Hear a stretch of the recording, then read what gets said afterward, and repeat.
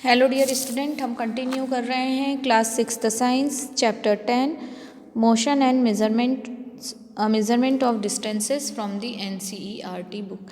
Previous video में हमने जो था वो डिफरेंट तरह के डिस्टेंस उनको किस तरह से मेज़र करते हैं उसके बारे में, फिर कुछ हमने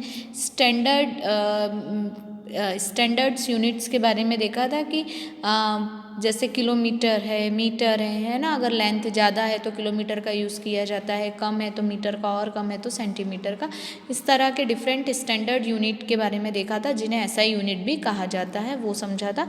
अगर आपने हमारे प्रीवियस वीडियोस नहीं देखे हैं तो आप हमारे चैनल ब्रजेश बागड़ी पे जाके वीडियोस देख सकते हैं। साथ ही साथ आपको हमारे वीडियोस पसंद आ रहे हैं तो हमारे चैनल को लाइक, सब्सक्राइब एवं वीडियो को शेयर करें और बेल आइकॉन प्रेस करें ताकि आपको लेटेस्ट वीडियो की इन्फॉर्मेशन मिलती रहे। अब हम स्टार्ट कर रहे हैं करेक्ट मेजरमेंट ऑफ लेंथ। देखिए, स्टैंडर्ड यूनिट होने के बाद भी कई बार जो है हम लेंथ करेक्टली मेज़र नहीं कर पाते हैं, तो किस तरह से मेज़रमेंट होना चाहिए, क्या कंडीशन या क्या वो मेथड है जो हमें फॉलो करना चाहिए, तो वो हम देखते हैं।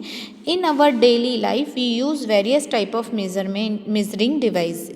हम अपनी डेली लाइफ में कई तरह की मेज़र करने के लिए डिवाइस यूज़ करते हैं। We use a metre scale for measuring length. हम मीटर स्केल का यूज़ करते हैं लेंथ को मेज़र करने के लिए। A tailor uses a tape. Tailor जो है वो टेप का यूज़ करता है। Whereas a cloth merchant user से मीटर रॉड। जबकि जो कपड़े नापने वाले होते हैं वो मीटर रॉड का यूज़ करते हैं। रॉड आती है 1 मीटर 1 मीटर की, तो उससे 5 मीटर कपड़ा चाहिए तो 5 टाइम उसको मेज़र करके दे दिया। For measuring the length of an object you must choose a suitable device. अब आपको किसी भी ऑब्जेक्ट को यदि मेज़र करना हो तो उसके लिए आपको सही डिवाइस, सही जो डिवाइस है वो चूज़ करना बहुत ज़रूरी है। You can not measure the girth of a tree for the size of your chest using a metre scale. अब आप ट्री की गोलाई जो है ना, गर्थ मतलब मोटाई, या फिर आप अपने चेस्ट का साइज़ क्या मीटर स्केल से चेक कर पाएंगे? क्या नहीं कर पाएंगे। अब इसके लिए measuring tape is more suitable for this. इसके लिए टेप ज़्यादा सुटेबल है कि वो गोलाई को पूरी तरह से अच्छे से मेज़र कर दे। और फिर for small measurement such as the length of your pencil you can use a 15 centimetre scale from your geometry box. इसी तरह अगर आपको अपनी पेंसिल की लेंथ मेज़र करनी है तो आप ज्योमेट्री बॉक्स में से 15 सेंटीमीटर जो स्केल होता है उसका यूज़ कर सकते हैं।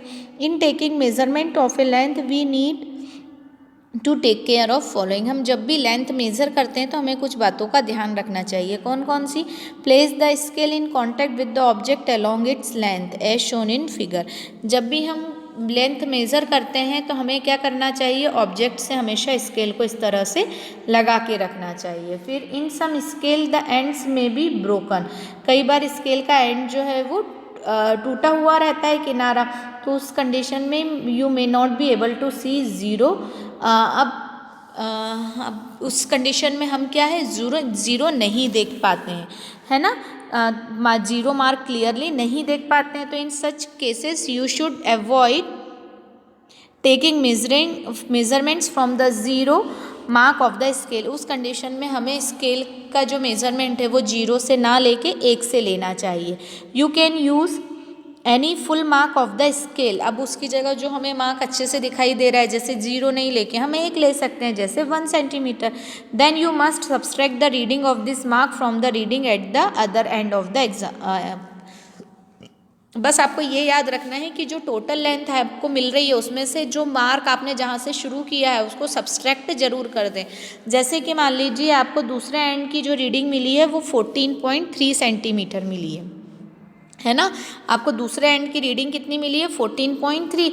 आपने जो स्केल था वो 1 सेंटीमीटर से रखा है, तो आपको क्या करना पड़ेगा? 14.3 माइनस 1, तो आपकी जो रीडिंग फाइनल आएगी वो कितनी आएगी? 13.3 सेंटीमीटर। तो ये आपकी फाइनल रीडिंग मिल जाएगी। अब उसके बाद जो है next, correct position of eyes is also important for taking measurements. आपकी आँखें वो भी सही तरीके से होना चाहिए। ऐसा नहीं हो कि आप सही देख नहीं पाए पॉइंट को। Your eye must be exactly in front of the point where the measurement to be taken. आपकी आँखें हमेशा उसके पास होनी चाहिए जहाँ से मेजरमेंट्स लिए गए हैं, है ना। फिगर में ये दिखाया गया है, is the correct position of the eyes. अब ये देखिए बी में इसमें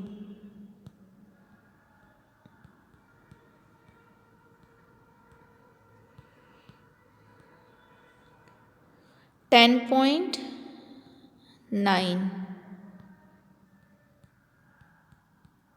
ये बी वाला जो है ये करेक्ट पोजीशन है। सामने से देख रहे हैं ना, तो ये आई इसकी करेक्ट पोजीशन है। ठीक है ना। नोट दैट पोजीशन बी जो है वो बिल्कुल करेक्ट है एंड पोजीशन जो ए एंड सी है उनकी रीडिंग कुछ अलग हो सकती है। अब ये देखिए एक्टिविटी नेक्स्ट, यहाँ पे देखिए ए और बी की सी की रीडिंग अलग हो सकती है, पर बी जो है वो सामने से देख रहा है तो उनकी रीडिंग सही होगी। अब एक्टिविटी अब हम देख रहे हैं, measure the height of your classmate using hands palm and then they by using a metre scale. अपने क्लासमेट की हाइट पहले आपको हाथ से मेजर करनी है, फिर उसके बाद मीटर स्केल से। For this ask your classmate to stand with his back against the wall. इसके लिए आपको क्या करना है, अपने क्लासमेट को बोलना है कि अपनी बैक से मतलब पीठ की तरफ से दीवार से टिक के खड़ा हो जाए। Make a mark on the wall exactly above his head, और बिल्कुल सिर के ऊपर जस्ट एक मार्क आपको लगा देना है, और आपको ये डिस्टेंस जो है फ्लोर से लेके ऊपर तक हाइट तक वाले पोजीशन जहाँ मार्क लगाया उसको हैंड स्पॉम से और फिर मीटर स्केल से। ठीक है। अब हमको दोनों ही लेंथ को मेज़र करके देखना है कि हमारे ऑब्जर्वेशन क्या एक जैसे आते हैं क्या नहीं, है ना। अब ये इस तरह के जब हम अलग अलग करके देखेंगे तो हमको लेंथ जो हैंड स्पॉम से है वो अलग मिलेगी और जो मीटर स्केल से है वो लेंथ अलग मिलेगी। ठीक है ना।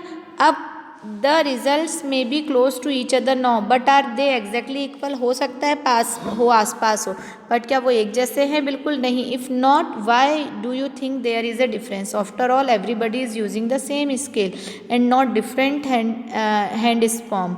This could due to the small errors in taking observation. अब देखिए, अब इसमें क्या हुआ था कि जब वो हाथ से और वो उससे लेते हैं तो अलग अलग लोगों के द्वारा जब लेंथ ली गई और हाथ से लिया गया तो आपको जो रिजल्ट्स मिले वो भी अलग अलग मिले, क्योंकि हर एक के मेज़र करने में कहीं ना कोई गलती हुई है। ठीक है ना। तो इसलिए हमको इन मेज़रमेंट्स को चेक करते वक्त ध्यान रखना चाहिए कि हमसे नाप लेते वक्त और रीडिंग पढ़ते वक्त गलती ना हो। ठीक है। अब इसके आगे measuring the length of A curved line हम नेक्स्ट वीडियो में देखेंगे। आप ये वीडियो ध्यान से देखिए, एक बार बुक जरूर रीड करिए। कोई भी डाउट कोई भी प्रॉब्लम होने में आप मुझसे पूछ सकते हैं। Keep study keep watching.